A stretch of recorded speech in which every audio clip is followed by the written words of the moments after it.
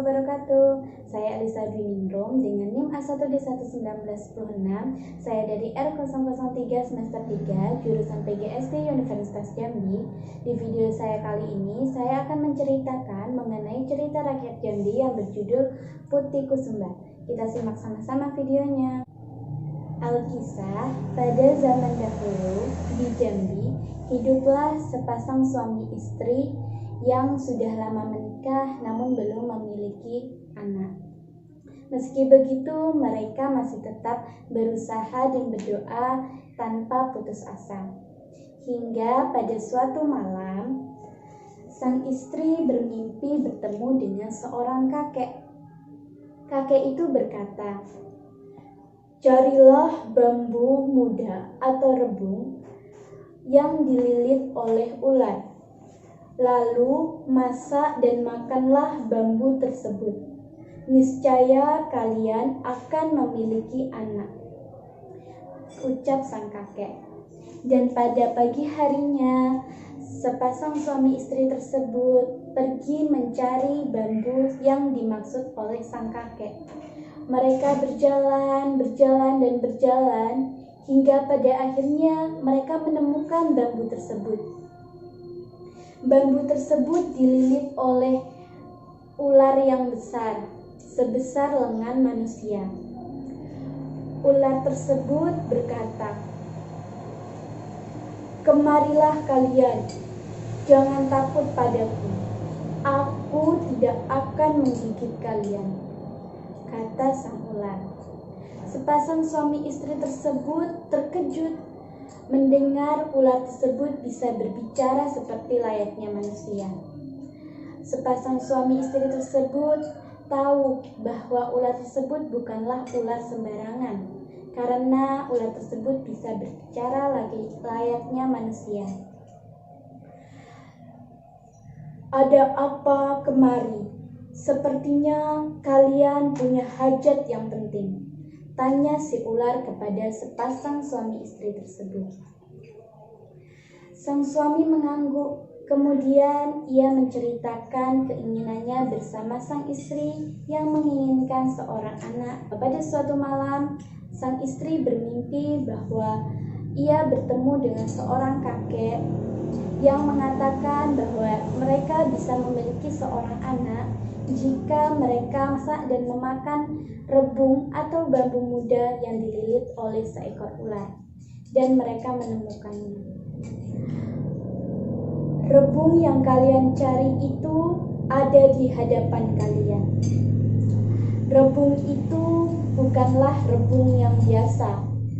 Jika kalian menginginkan rebung tersebut, kalian harus memenuhi persyaratanku. Bagaimana? Apa kalian sanggup?" ucap si ular kepada sepasang suami istri tersebut.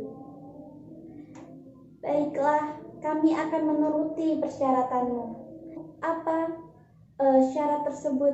tanya sang istri kepada sang ular. "Jika kelak kalian memiliki seorang anak laki-laki, maka anak tersebut akan kalian rawat selamanya. Namun, jika anak tersebut perempuan, kalian harus memberikan kepadaku di usianya yang 7 tahun. Jadi kalian hanya bisa merawatnya selama 7 tahun. Bagaimana? Kalian setuju dengan persyaratan tersebut?"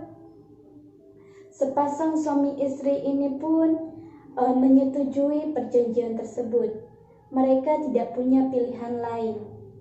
Hingga pada akhirnya sepasang suami istri tersebut pulang. Lalu sampai di rumah, sang istri memasak rebung tersebut dan memakannya bersama sang suami. Beberapa hari kemudian, setelah menyantap rebung muda tersebut, istrinya hamil dan mengandung selama 9 bulan. Dan saat melahirkan, sang istri melahirkan seorang perempuan. Yang mana dengan lahirnya seorang perempuan, maka sepasang suami tersebut harus menyerahkan anaknya di usia yang 7 tahun kepada sang ular. Anak tersebut diberi nama Putih Kusumba. Putih Kusumba tumbuh dan berkembang menjadi gadis yang cantik, manis, dan juga sehat. Sepasang suami istri ini sangat menyayangi anaknya, sangat menyayangi Putih Kusumba. Dan mereka berdua berjanji tidak akan memberikan Putih Kusumba kepada sang ular. Mereka berjanji untuk tidak menepati perjanjiannya dengan sang ular. Putih Kusumba selalu dilarang untuk bermain di luar rumah. Putih Kusumba selalu bermain di dalam rumah dan di bawah pengawasan orang tuanya.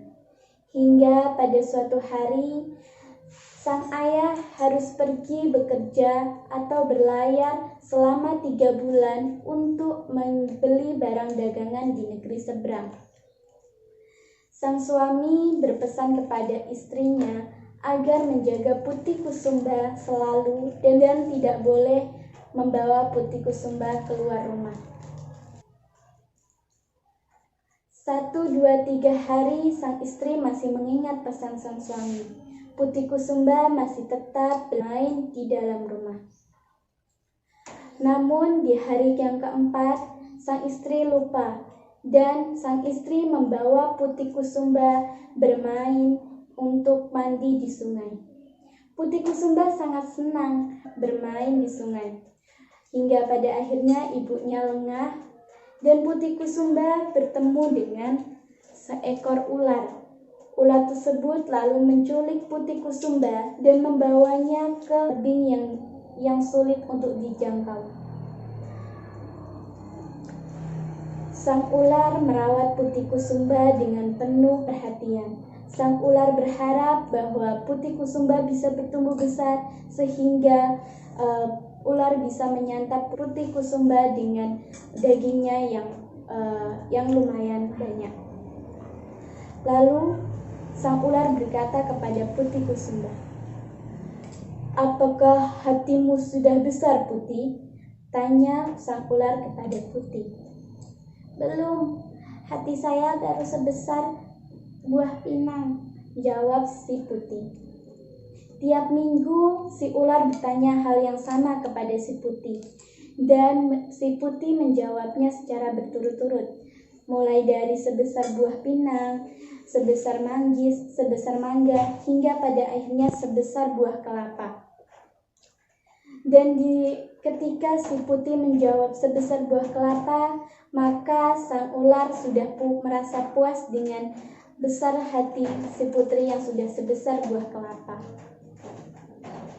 Setelah mendengar jawaban terakhir si Putih, sang ular memanggil teman-temannya untuk berpesta memakan daging si Putih Kusumba.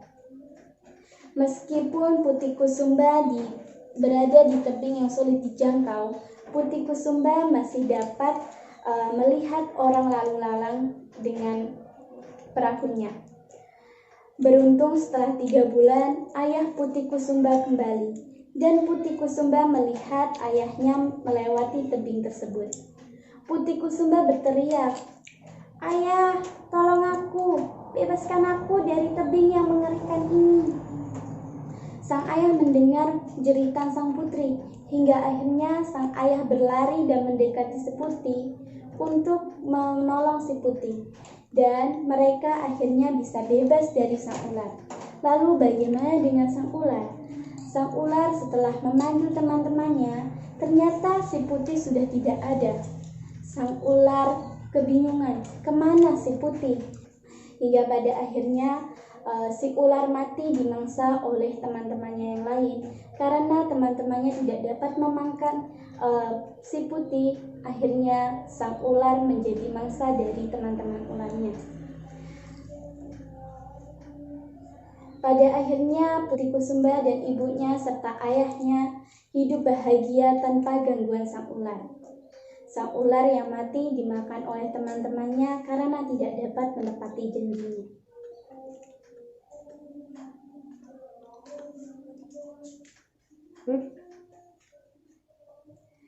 Baiklah, sekian cerita mendongeng dari cerita rakyat Jambi yang berjudul Putih Kusumba. Saya akhiri. Wassalamualaikum warahmatullahi wabarakatuh.